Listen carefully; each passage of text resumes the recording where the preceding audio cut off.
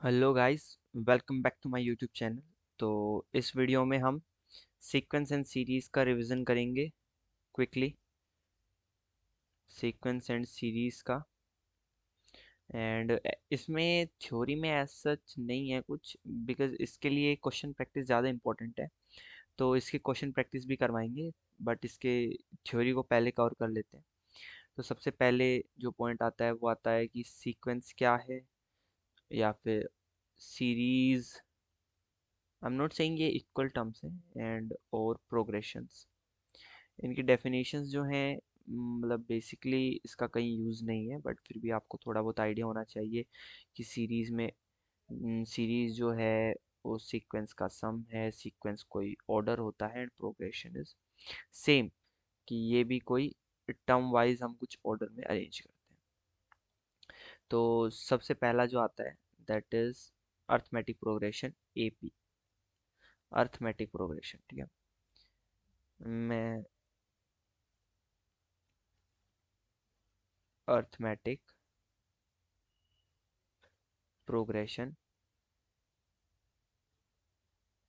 ये एपी होता है। एंड एपी में देखो क्या होता है। एपी के अंदर कि जो आपकी जो टर्म्स होती हैं उनका जो डिफरेंस होता है, डिफरेंस बिटवीन टू टर्म्स, वो कांस्टेंट होता है। तो ऐसा जो भी प्रोग्रेशन होता है उसको हम अर्थमेटिक प्रोग्रेशन कहते हैं। तो टर्म्स कैसे हुआ, मान लीजिए कि हमारे पास मैंने कोई बीच में से टर्म्स उठाया। बीच में से बहुत सारी टर्म्स थी, उनके बीच में से कोई टर्म उठाई, दैट इज ए आई। अगर मैं उसके मान लो राइट में गया और मुझे ए प्लस डी मिला, तो उसके और राइट में जाने में ए प्लस टू डी मिलेगा, क्योंकि यहाँ से यहाँ डिफरेंस डी था, तो यहाँ और डी का होगा। अगर मैं इसके लेफ्ट में जाऊँगा तो मुझे ए माइनस डी मिलेगा, क्योंकि यहाँ से यहाँ इंक्रीज हो रहा था। मान लीजिए डी का एडिशन हो रहा था, तो इधर डी का सब्ट्रैक्शन होगा अगर इधर जाऊँगा तो। This is A P. And इसके बाद कोई ए पी इंक्रीजिंग है या डिक्रीजिंग है वो डी पे डिपेंड करता है। अगर डी ग्रेटर देन ज़ीरो है तो आपका ए पी इंक्रीजिंग होगा, डी लेस देन ज़ीरो है तो ए पी डिक्रीजिंग होगा। एंड इसके अलावा जो पॉइंट आता है उसकी आती है nth टर्म। एक ए पी है, अज्यूम कीजिए कि ए पी है ए प्लस डी, ए प्लस टू डी। अगर मेरे से इसका nth टर्म पूछा जाए तो वो क्या होगा। देखिए मैं ऑर्डर देखता हूँ यहाँ पे। अगर सेकंड टर्म थी, यहाँ वन आया, ए तो चल ही रहा है। थर्ड टर्म थी, यहाँ टू आया, तो ऐसे nth टर्म में क्या आएगा, a plus N minus one times d हो गई, that is T n, and this is T T one. तो यहाँ से मैं ये भी कर सकता हूँ कि मुझे मान लीजिए टी पी, मेरे को टी पी पता है एंड मुझे टी क्यू निकालना है। तो जो टी क्यू आएगा, क्यू एथ टर्म जो आएगा वो आएगा T P plus Q minus P into common difference, ठीक है। ये आपका ए पी की जनरल टर्म आ जाएगी। एंड इसके अलावा देखिए, इसके अलावा सम सम सम पूछ लिया जाता है।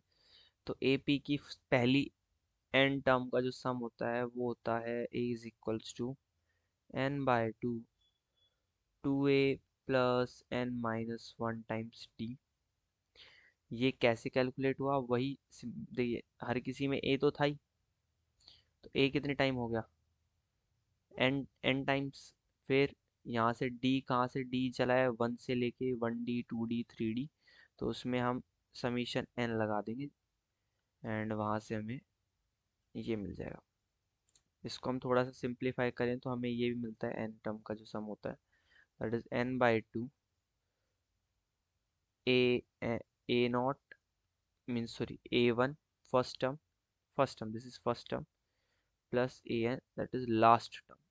जिन टर्म के बीच का सम पूछा है उसको हम ऐसे भी लिख सकते हैं। सिमिलरली अगर ए पी और क्यू की बात करें तो वो ये जो यहाँ आएगा दैट इज, अगर मान लीजिए मेरे को पी एच टी पी और टी क्यू तक का सम निकालना है, तो n देखिए कितना आएगा, अगर q बड़ा है तो q minus P plus one, क्योंकि p और q दोनों टर्म इंक्लूड होती है तो इसलिए प्लस वन होगा, into T P plus T Q होगा ये सम। अच्छा, इससे आगे अ, इससे आगे एक ये आता है कि अगर मेरे पास कोई एपी है, अगर मैं एपी को किसी कांस्टेंट नंबर से मल्टीप्लाई कर दूं, या फिर कांस्टेंट नंबर से, देखिए सारी चीज़ें, एडिशन, सब्ट्रैक्शन, मल्टीप्लिकेशन या डिवीजन, कुछ भी करता हूँ हर टर्म को, ईच टर्म को, तो जो रिजल्टेंट आएगा वो भी एपी ही होगा। ठीक है, इम्पोर्टेंट है, थोड़ा सा ध्यान रखने का है। इससे हम, इसका यूज़ होता है, बेसिकली इसका यूज़ होता है, बहुत जगह होता है। इसके अलावा ये है, ये चीज़ें थोड़ी सी आपको पता होनी चाहिए। अगर एपी में उसने कहा कि मुझे अज्यूम करनी है थ्री टर्म्स, अगर उसने कहा मुझे तीन टर्म्स अज्यूम करनी है, तो मैं ऐसे करूँगा, ए, इधर जाऊँगा ए प्लस डी, इधर जाऊँगा ए माइनस डी, क्योंकि मुझे इनका सम करना होगा तो मुझे थ्री ए मिल जाएगा, प्रोडक्ट करना होगा तो यहाँ से a square minus d square into a आ जाएगा। दीज आर द थिंग्स जो हमारे यूज़ आते हैं। अगर उसने कहा चार टर्म्स जो हैं वो एपी में है, तो उनको हम कैसे अज्यूम करेंगे, वो होंगी ए माइनस डी, ए प्लस डी, ए प्लस टू डी, माफ़ कीजिएगा, ए प्लस थ्री डी, एंड इधर होगी ए माइनस थ्री डी। ये वो चार टर्म्स होंगी अगर चार टर्म्स की बात होती है। सिमिलरली पांच टर्म तो मीन्स जब भी और टर्म होती है, देखो और टर्म होती है तो हम ए को बीच में ले लेंगे, फिर इधर इधर आधे इक्वल इक्वल बांट देंगे। और अगर और टर्म्स हमें अज्यूम करनी है, और अगर हमें इवन टर्म्स अज्यूम करनी है, तो हम क्या करेंगे, ए तो नहीं ले सकते, तो एक ए प्लस डी लेंगे, एक ए माइनस डी लेंगे, फिर इधर चलेंगे और इधर चलेंगे, जैसे जैसे भी है अकॉर्डिंग चलेंगे। इसके बाद है कॉमन डिफरेंस, जो है जीरो भी हो सकता है, मींस कांस्टेंट टर्म्स, ये भी एपी होती है ना, मतलब डी आपका जीरो भी हो सकता है। पॉजिटिव नेगेटिव तो आपको समझ में आया, इंक्रीजिंग डिक्रीजिंग, बट जीरो भी हो सकता है। इसके अलावा अगला पॉइंट अगर हम देखें तो ये भी एक चीज़ है कि अगर मैंने मान लीजिए, देखो अगर मैं एस एन निकाल, मान लीजिए मेरा एक ए पी है, T one, T two, up to T n, तो देखिए जी, मैंने क्या किया, अज्यूम किया मैंने एक ए पी, तो मैंने क्या माना, मैंने क्या किया, एस एन निकाला, एस एन जो है T one plus T two up to T n. अच्छा जी, एस एन माइनस वन क्या होगा, T one plus T two up to T n minus one. अगर मैं इनको सब्ट्रैक्ट कर दूं तो यहाँ से मुझे मिलेगा एस एन माइनस वन जो है ये टी एन होता है। तो ये भी आपको ध्यान रखना है कि जो डिफरेंस होता है सम का, वो एन टर्म होती है, जो बड़ी वाली, जो बड़ा वाला जो सम है, मतलब जिसके करस्पॉन्डिंग बड़े वाला सम आया है, वो टर्म होती है।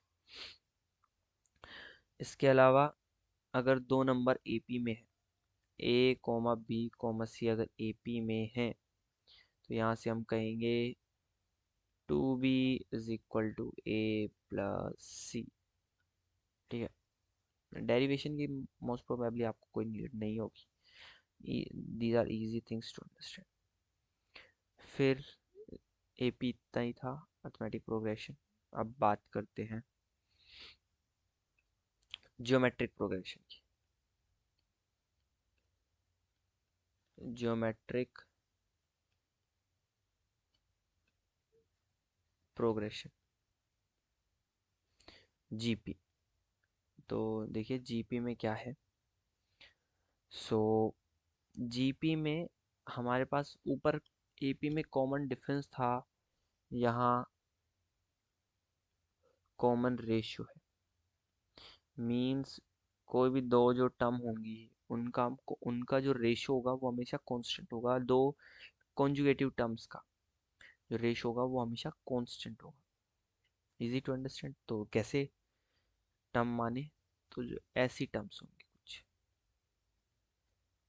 ये हमारी एक जीपी है। अच्छा, इस चीज़ का थोड़ा थोड़ा सा ध्यान रखें कि जो हम बेसिकली आर को जो है ना जीरो नहीं रखते, आर जीरो होता भी नहीं। ये मीन्स मेरे कहने का मतलब है ये कोई जीपी नहीं है। 5,0,0 ये कोई जीपी नहीं है ना, तो आर जीरो नहीं होता है। आर पॉजिटिव नेगेटिव कुछ भी हो सकता है, बट आप इस चीज़ का ध्यान रखिए कि जीरो नहीं होगा। एक बार थोड़ा सा इस चीज़ पे भी ध्यान दे देते हैं हम, कि अगर देखिए आर अगर ग्रेटर देन वन है तो इंक्रीजिंग जीपी होगी। एक से बड़ा प्रोडक्ट कर रहे हैं तो आप इंक्रीजिंग जीपी होगी।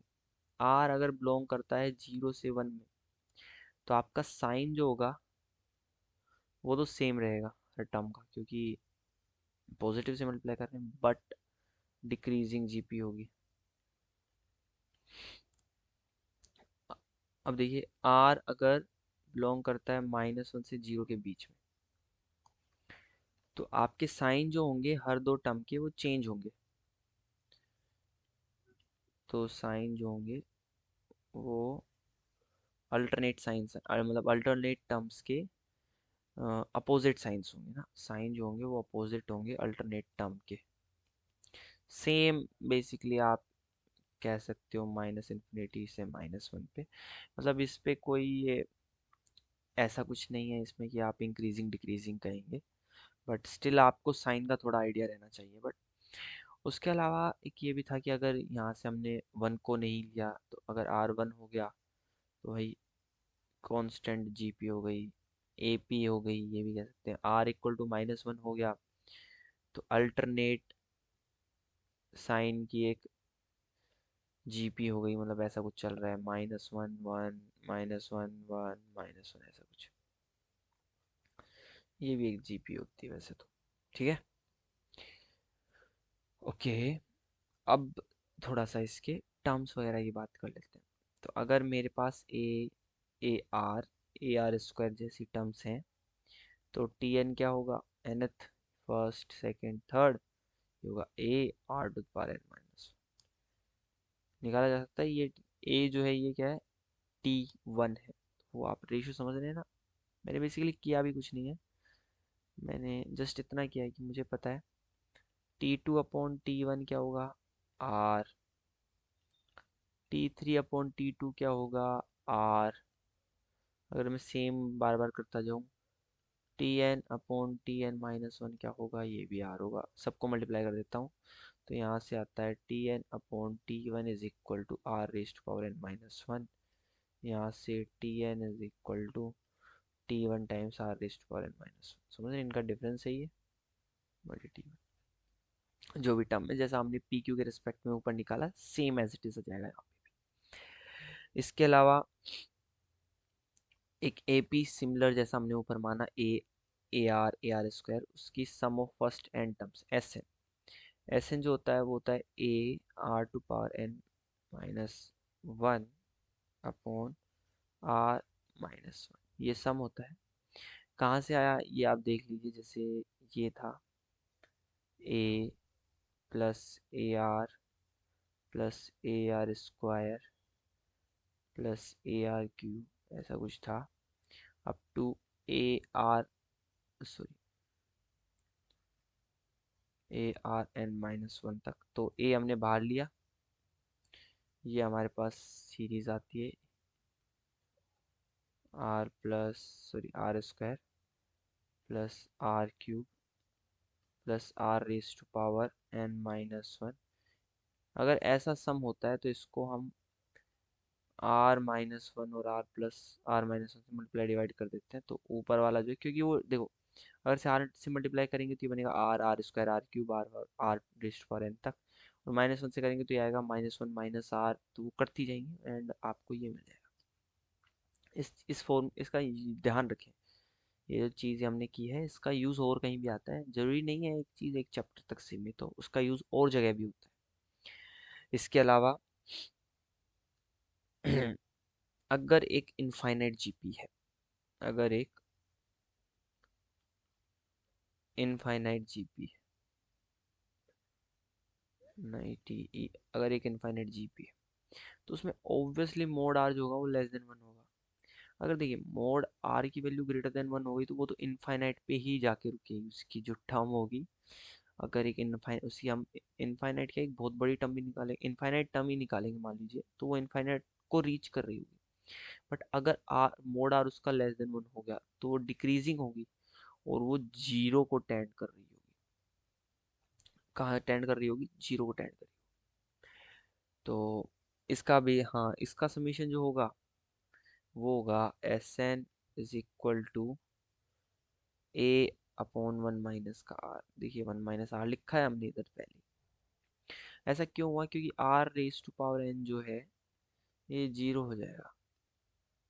ध्यान रखें ना इस चीज़ का, क्योंकि जब एन अगर इन्फिनिटी को जाएगा तो limit R raise to power n वो जीरो हो जाएगा अगर आर एक से छोटा है तो। क्योंकि हर बार देखो 0.9 है, उसका स्क्वायर क्या क्या है? 0.81 छोटा हुआ, फिर अगर 0.9 का क्यूब करेंगे तो आएगा 0.729 और छोटा हुआ। ऐसे छोटा छोटा अगर मैं इसकी पावर इनफाइनाइट को टेंड करवा दूँ तो वो जीरो के अप्रोक्स आने लग जाएगा। ठीक है। अच्छा, तीन टर्म्स अगर ए बी सी अगर जीपी में है तो यहाँ से क्या कह सकते हैं हम? बी स्क्वायर क्या होगा? ए सी के इक्वल होगा। इसके अलावा इसके अलावा सेम एक जो हमने एपी में पढ़ा, अगर मुझे तीन टर्म कंसीडर करनी है, अगर तीन टर्म्स कंसीडर करनी है तो वो कुछ ऐसे होंगी। ए ओड है तो ए बीच में होगा, a r, a by r. चार टर्म्स करनी है तो वो होंगी, ए नहीं होगा, a by r, a r, a r square, a by r square, ये टर्म्स। सॉरी, यहाँ क्यूब आएगा एंड इधर भी क्यूब आएगा, क्योंकि यहाँ भी तो आप कॉमन रेशियो चेक करोगे ना, यहाँ आर स्क्वायर का है तो यहाँ भी आर स्क्वायर का होना चाहिए। अच्छा जी, इसके अलावा हम फिर अगली जो टॉपिक है उस पर आते हैं सीधा, that is H P, harmonic progression.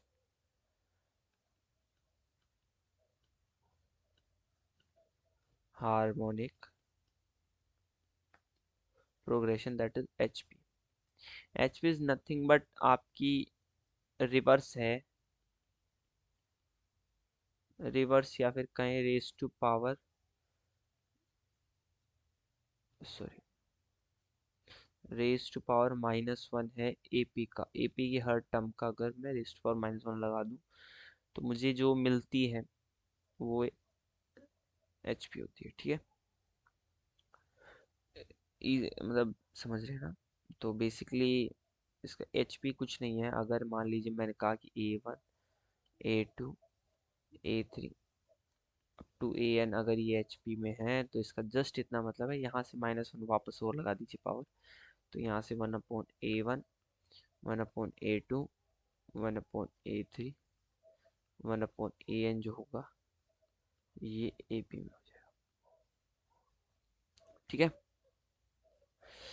अच्छा जी, इसमें पूछा जाता है कि अगर आपसे nth टर्म पूछ ली जाए तो हम ऊपर से तो कुछ नहीं कह सकते, बट हम यहाँ से निकाल सकते हैं। अगर ये टर्म्स एपी में है तो nth टर्म इस एपी की निकल जाएगी एंड उसका जस्ट उल्टा एचपी में आ जाएगा। तो यहाँ से टी एन जो आता है that is basically two A N, इस यहाँ से निकाल लीजिए ना आप एक बार। तो first term one upon A one plus N minus one into d that is one upon A two minus one upon a. ठीक है, और यहाँ से क्या आता है? इसको सोल्व कर लीजिएगा आप, बेसिकली आपको मिल जाएगा। इसका ऐसा यूज़ है भी नहीं। अगर आपकी एपी आती है तो वो एचपी से अच्छी आएगी ओवर। ठीक है ना, उस चीज़ का ध्यान रखें। बड़ा अजीब सा आता है कुछ टर्म थोड़ा सा, क्योंकि याद रखने की उसकी नीड नहीं है।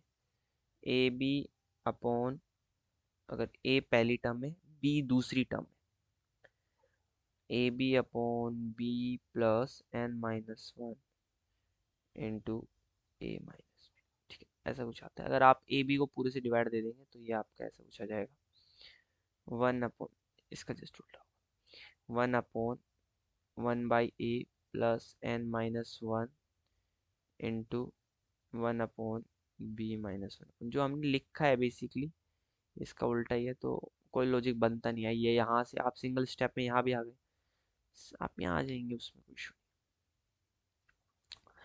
इसके अलावा हाँ, दो टर्म एचपी में है। अगर ए बी सी अगर एचपी में है तो यहाँ से हमें कहेंगे B = 2AC अपॉन A+C होगा। या फिर हम ये कहेंगे और A/C जो है उसकी जो वैल्यू होगी वो आएगी A-B अपॉन B-C। सिंप्लीफाई करने पर यही आता है। ओके, इतना आ गया हमारे पास। एचपी हो गया, एपी जीपी एचपी, इनके तीनों हो गए। अब इनके हम मीन्स की बात करते हैं। Mean is not always average, ये आपको यहाँ पता चल जाएगा। मीन की बात करते हैं तो सबसे पहला कौन सा मीन आता है? अर्थमेटिक मीन, जो कि हम एवरेज मीन बोलते हैं, हम अर्थमेटिक मीन को ही बोलते हैं। अर्थमेटिक मीन एम से डिनोट किया। किन्हीं दो नंबर ए और बी का जो अर्थमेटिक मीन है एम, वो होता है A+B/2। मतलब अज्यूम करेंगे कि ए और बी जो है एपी में है, उसके बीच में मैंने एक नंबर इंसर्ट कर दिया ताकि ए और वो नंबर और बी जो है एपी में हो। सेम मीन की डेफिनेशन भी यही होती है कि उस नंबर को ऐसे इंसर्ट करना है कि जो नंबर हमारे पास है ये मालूम हो कि जो तीनों नंबर है, पहला नंबर ए जो इंसर्ट किया है वो बी, वो एपी में है या मतलब एपी में है या फिर जीपी में या एचपी में अकॉर्डिंगली। सेकंड होता है जीपी। जीपी में अगर ए और बी जीपी में है तो उनका जो ज्योमेट्रिक मीन होगा, सॉरी यहाँ एम मीन होगा, ज्योमेट्रिक मीन, तो उनका जो ज्योमेट्रिक मीन होगा वो होगा √(ab). सेम एचपी, तो जो एच एम होगा हार्मोनिक मीन होगा, अगर ए और बी एचपी में है तो उनका जो हार्मोनिक मीन होगा वो क्या आ जाएगा? 2AB upon A+B। ओके, अच्छा, इसके अलावा एक छोटा सा टॉपिक आता है जो कि थोड़ा सा इम्पोर्टेंट भी है, थोड़ा सा इम्पोर्टेंट है, छोटा सा ही है। Inserting N number of means का जो टॉपिक है, थोड़ा सा इम्पोर्टेंट टॉपिक है। Inserting N number of means, ठीक है। मुझे एन मीन्स, एन मीन मतलब या फिर ए या ए एम या जी एम या एच एम जो है वो इंसर्ट करने हैं, तो उनको कैसे इंसर्ट करेंगे, उसके लिए क्या होगा वो देखते हैं। तो उसके लिए क्या होगा बेसिकली, अगर मान लीजिए मेरे जो दो नंबर हैं, मैंने माना कि मेरा एक नंबर ए है, एक नंबर बी है, अब इनके बीच में मुझे पहला केस मतलब मुझे एन मीन इंसर्ट करने, तो पहला केस मुझे N A M arithmetic mean insert कर, मतलब मुझे एन नंबर ऐसे इंसर्ट करने की जो जो भी मेरी सीक्वेंस बनेगी, जो प्रोग्रेशन होगी वो अर्थमेटिक प्रोग्रेशन हो, ऐसा होना चाहिए। तो उसके लिए हम क्या करते हैं, देखो भाई, उसके लिए बेसिकली जस्ट थोड़ा सा सोचना है, आप फॉर्मूले खुद ड्राइव कर सकते हो। मान लिया पहली ए है, T1 T2 up to Tn and B, ये आपका ये डेफिनेशन वाइज आपने निकाल लिया कि भाई जो आपने T1 टू Tn जो आपने इंसर्ट किए ये ए और बी के साथ एपी में बन गए। यहाँ से तो आप सब कुछ कर सकते हो। ये टोटल कितनी टर्म्स हो गई इस एपी के अंदर? n+2 टर्म्स हो गई। अच्छा, कॉमन यहाँ से देख लीजिए, अगर मैं बी को ए की फॉर्म में लिखूँ तो बी जो होगा होगा A+n+1 × D, यही तो होगा। तो यहाँ से अगर मैं कॉमन डिफरेंस निकालूँ, कॉमन डिफरेंस टी वो कितना आया? B - A/n+1, ये कॉमन डिफरेंस आ गया। हर दो टर्म का कॉमन डिफरेंस हो गया। तो ए में इतना ऐड कर देगा तो T1 आ जाएगा, उसमें ऐड करेंगे T2 आ जाएगा। सिमिलरली हम ऐसे कह सकते हैं कि बी में से इतना घटाएंगे तो Tn आ जाएगा, उसमें से घटाएंगे तो Tn-1 आ जाएगा। जितना जैसे आगे चले वैसे ही पीछे चले। इतना समझ में आ गया, आसान था, कॉमन डिफरेंस भी हो गया।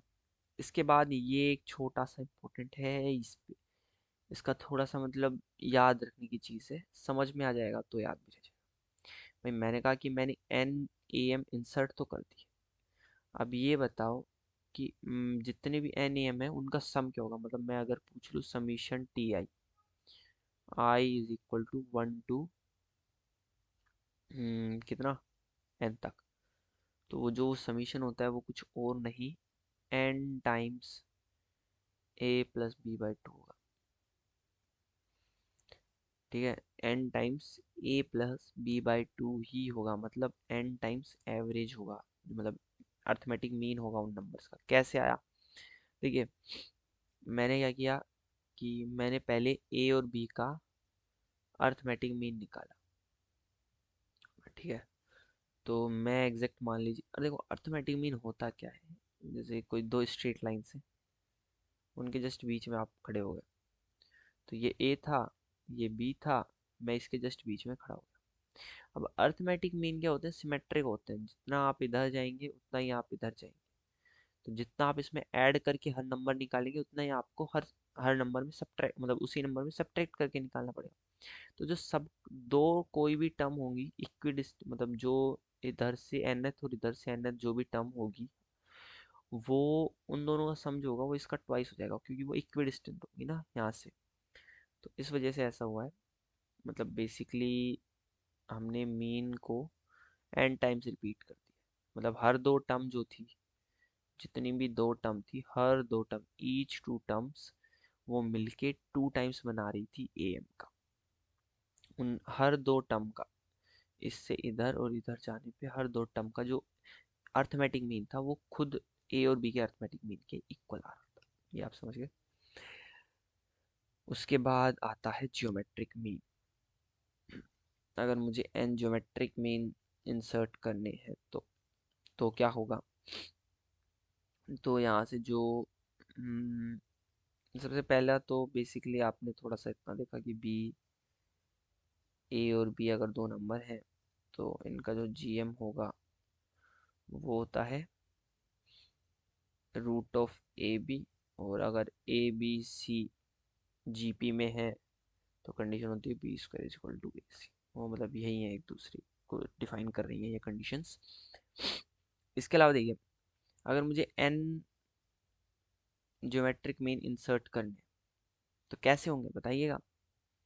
A T1 T2 T3 up to Tn into B।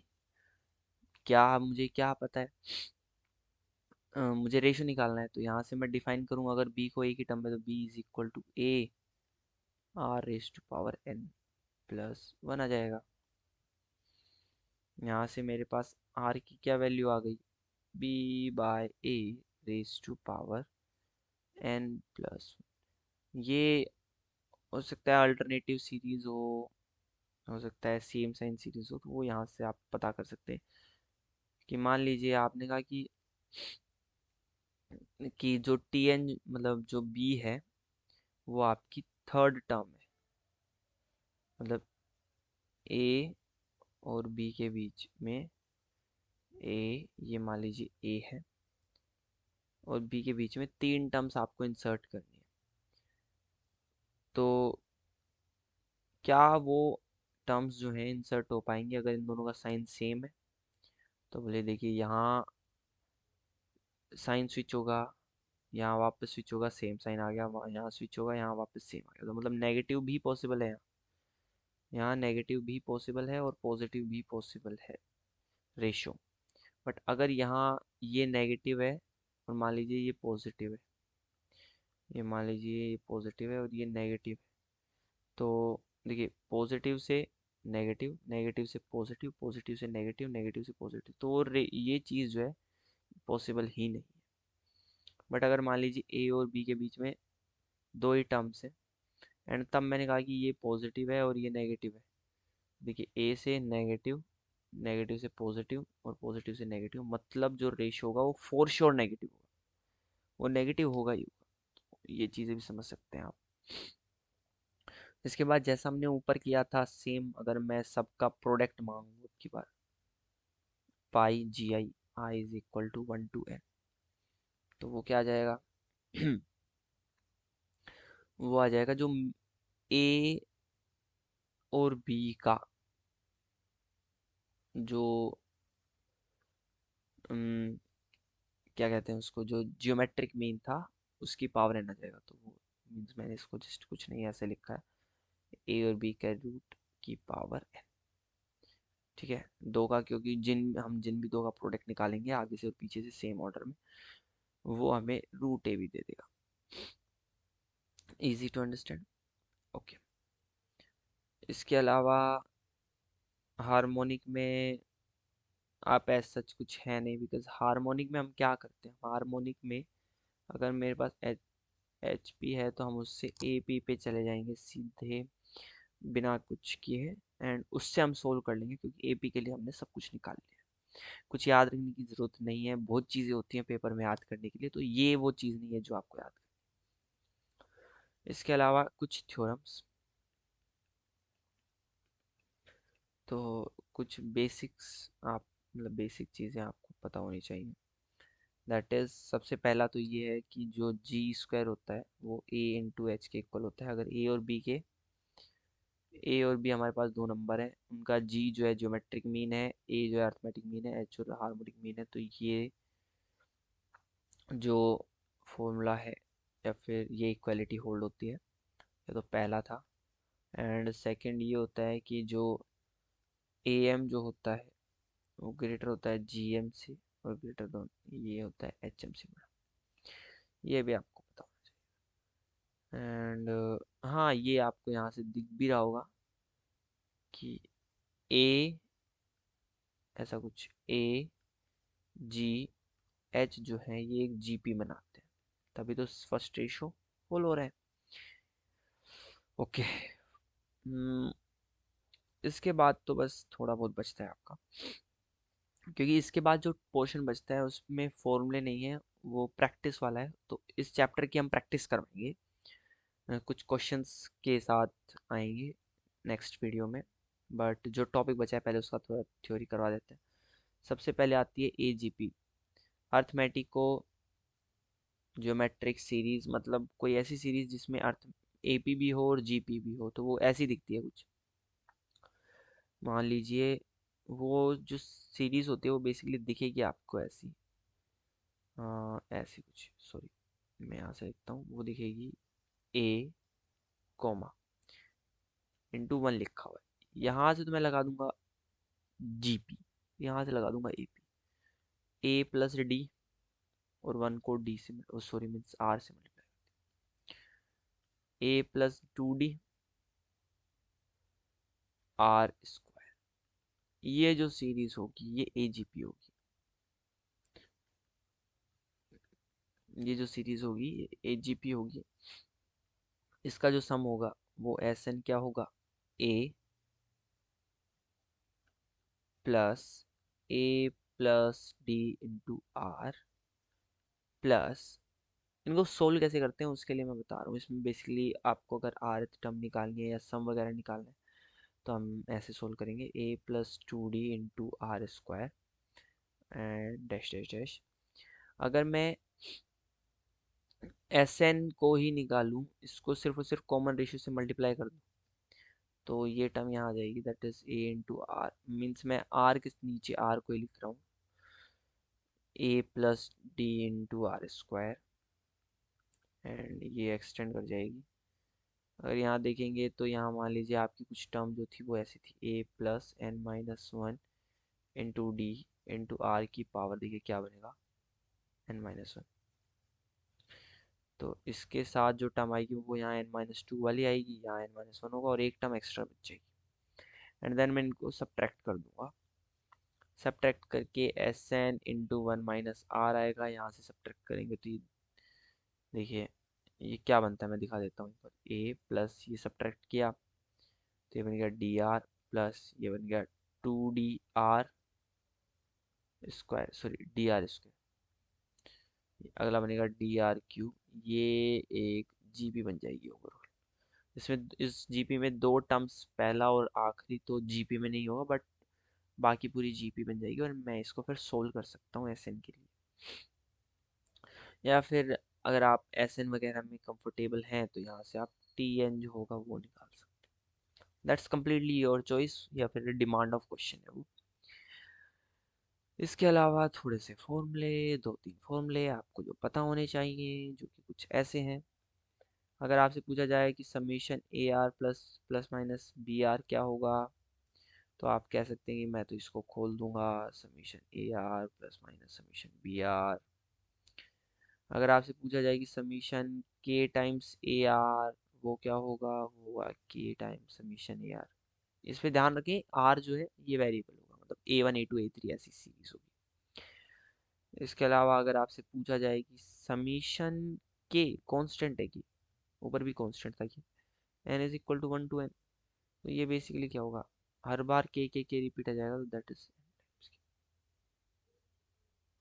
इसके बाद देखिए कुछ रिजल्ट्स, इजी रिजल्ट्स।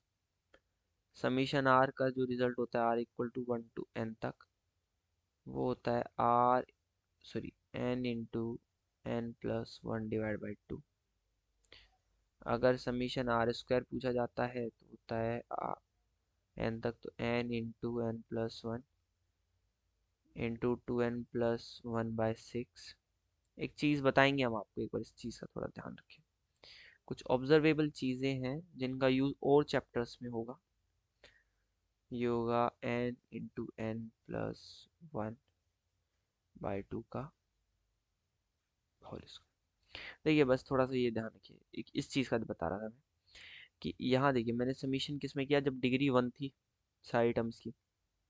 तो मुझे जो इसका, अगर मैं इसका वो निकालूं, इस टर्म का डिग्री निकालूं, मतलब मैक्सिमम पावर के करस्पॉन्डिंग टर्म निकालूं, लीडिंग कोफिशिएंट निकालूं, टोटल जो लीडिंग टर्म है सबसे, वो निकालूं, तो वो आएगी n²/2।